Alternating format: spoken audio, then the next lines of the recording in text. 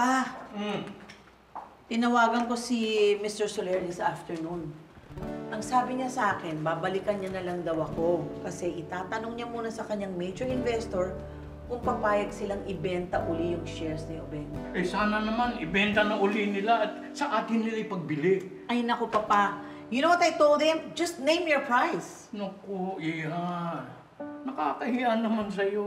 Alam ko namang pera mo ang gagamitin natin para mabalik ang Apex. Papa, pera lang yun.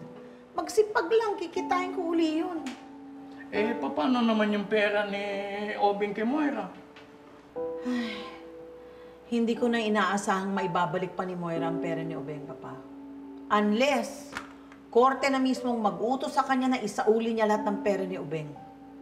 Iha, maraming salamat ha at inako mo na ang pagsalba sa Apex. Anything for Obeng, Papa. Oh, magtitimpla ako ng tsaa. You need anything? I'm fine, Papa. Thank you.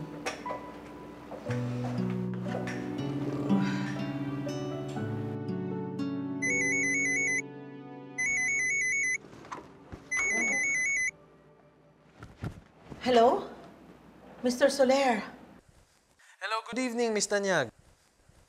So, do you have a decision? Have you thought it through? Are you selling your shares now? Good news. Our major investor is open to selling. Depende dun sa presyo na pag-uusapan natin. Well, remember, I told you just name your price. Nakwento ko sa kanya yung rason kung bakit mo gusto bilhin ng Apex. And na-touch siya dun sa story. Kaya naging open siya sa idea of selling. Thank you, Mr. Soler. If this happens, I owe you big time. I will be personally going to Apex tomorrow to finalize things. See you, Miss Tanyag. See you then. Bye. Papa, kakatawag lang ni Mr. Soler. Pumayag na daw yung major investor nila na ibenta uli yung shares ni Obeng. Sana na makuha natin. Ay, siyempre naman. Sa galing mo makipag-deal, siguradong babalik na sa atin ang Apex. Let's drink tonight! I can't wait for tomorrow, Papa. Ah, yes!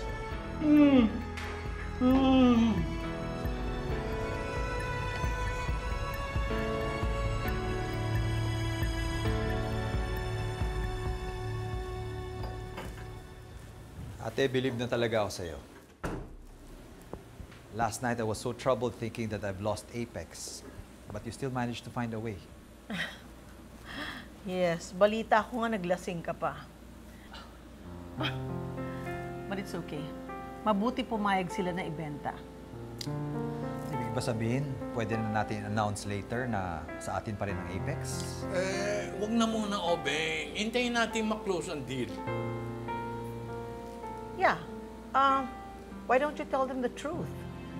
Tell them that you have the intention to repurchase Apex shares and eventually you're going to regain control of the company. So, how does that sound? Tama. Para alam nila na we still have control of Apex. I agree. Para ma-dismiss na rin ang mga chismis na kumakalit sa Apex. Ate, salamat talaga. Ikaw pa talaga ang gumawa ng paraan. Samantalang ako, nag-iinom instead of kumilos. It's okay. I will always be your big sister, Obeng. I know that your hands are still tied. Alam ko naman na gigil ka na kay Moira at gusto mo na siyang tirisin pero hindi mo pa rin magawa. Dahil asawa mo pa rin siya. And alam mo naman that in the process, if you do that, you're going to hurt your daughter Zoe. Yes, but I'm not through with her. Kapag hindi niya ibinalik yung perang pinagbentahan niya sa Apex, ididemanda ko siya. Obeng, wag na. Pa, bakit? What's stopping us?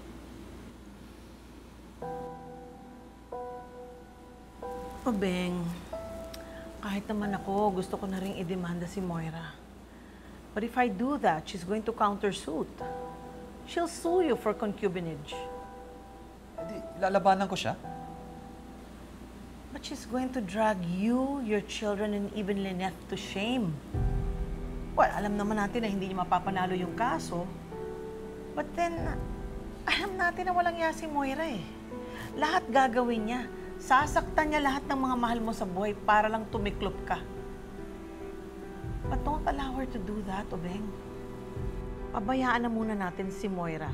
Sa ngayon, ang importante, maibalik muna sa atin ang Apex. Okay? Tingnan mo nga naman. Gusto ni Moira, sirain tayo. Pero ang nangyari, naging malapit pa nga kayo sa isa't isa.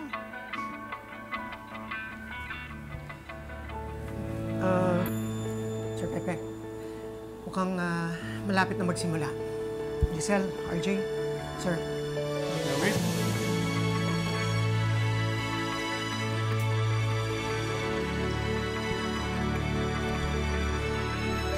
Sige pare ha, huwag kang mawawala sa stag party ko. Doc Okay? Benitez. See you. Doc.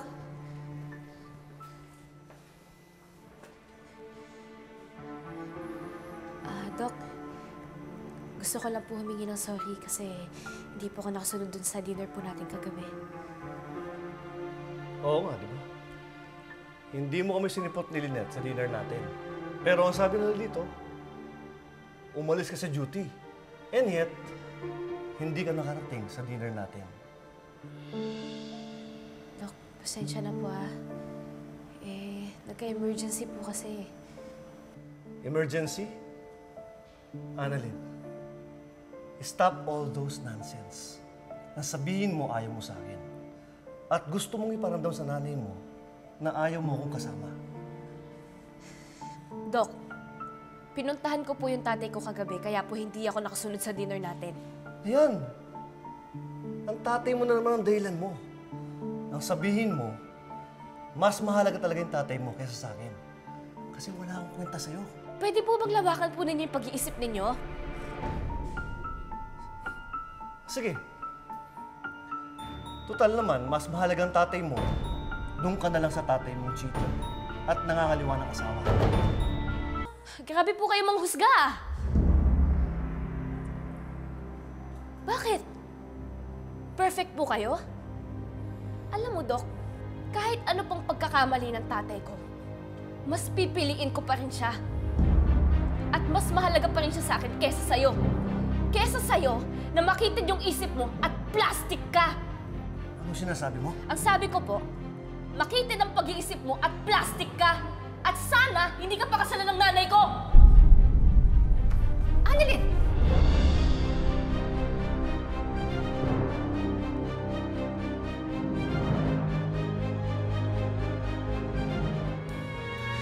I am repurchasing Apex. And magiging sa akin ulit ang hospital na ito. Not so fast, Robert. For everyone's information, these documents prove na ako pa rin ang may control ng ospital na ito. Document is fake. Hindi ito totoo. Dahil sa amin ibebenta ang Apex at hindi sa'yo, Moira. Apex will never be yours. I'm resigning, Moira. No, you're not resigning. Pero hindi ako magiging loyal sa'yo. Alam mo yan. Please tell me, anak. Lalo ako mag-aalala pag hindi mo sinabi.